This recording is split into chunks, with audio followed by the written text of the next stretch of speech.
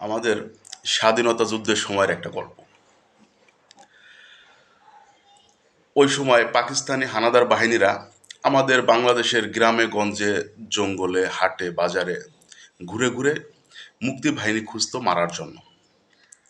তো ওইরকম একটা পাকিস্তানি বাহিনীর দল একটা গ্রামের ভিতরে হাঁটতেছে মুক্তি বাহিনী খোঁজার জন্য। তোরা হাঁটতে হাঁটতে ওদের ক্ষুধা লেগে গেছে, ওদের কিছু খাবার দরকার। তা ওরা খাবার খুঁজতেছে। খুঁজতে খুঁজতে ওরা দেখে একটা ছোট বাচ্চা একটা জঙ্গলে গাছের নিচে বসে কিছু একটা খাচ্ছে। তো এখন ওরা স্বাভাবিকই আগিয়ে গেছে, যাওয়ার পরে বলতেছে যে তুমি কি খাচ্ছ। তো ও ছেলে বলতেছে যে আমি জাম খাচ্ছি, এটাকে বলা হয় কালো জাম। তো এখন ওরা বলছে আমাদের দাও, আমরাও খাই। স্বাভাবিকভাবেই ছেলে দিছে।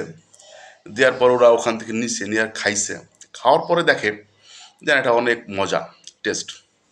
এখন ওদের আরও চাই। এখন ছেলেকে বলছে এগুলো কোথায় পাওয়া যায়, আমাদের আরও দাও। এখন ছেলে বলছে গাছ দেখাই দিয়েছে, গাছ আছে, গাছ থেকে তোমরা পেরে খাও। এখন ওরা সে গাছে উঠছে সেই জাম পাড়ার জন্য। কিন্তু ওই গাছে একটা ভেঙুরের বাসা ছিল। ভেঙুর তো আপনাকে চিনেন, বড় বড় কালো কালো পোকা, এরা তো বড় বড় হয় কালো কালো, এবং এরা উড়তে পারে। এরা যদি একবার হুল ফুটায় তাহলে অনেক যন্ত্রণা হয়, এবং অতিরিক্ত পরিমাণে ফুটাইলে মানুষ মারাও যেতে পারে। তো এই গাছে যখন ওরা উঠছে, গাছ নড়ছে। নড়ার পরে কি হয়েছে, ভেঙুর তাদের বাসা থেকে বের হয়ে গেছে, বের হয়ে উঠতেছে। এখন ভেঙুর উড়ার সময় একটা শব্দ হয়, ভ্যাঁ ভ্যাঁ করে একটা শব্দ হয়, ভ্যাঁ ভু এরকম একটা শব্দ হয়। এখন আপনার সেই ওরা ভাবছে, পাকিস্তানি সৈন্যরা ভাবছে যে এগুলোই বুঝিয়া যেগুলো আমরা খেয়েছি এগুলো উঠতেছে। হ্যাঁ, এগুলো এইভাবে ধরে ধরে খেতে হবে।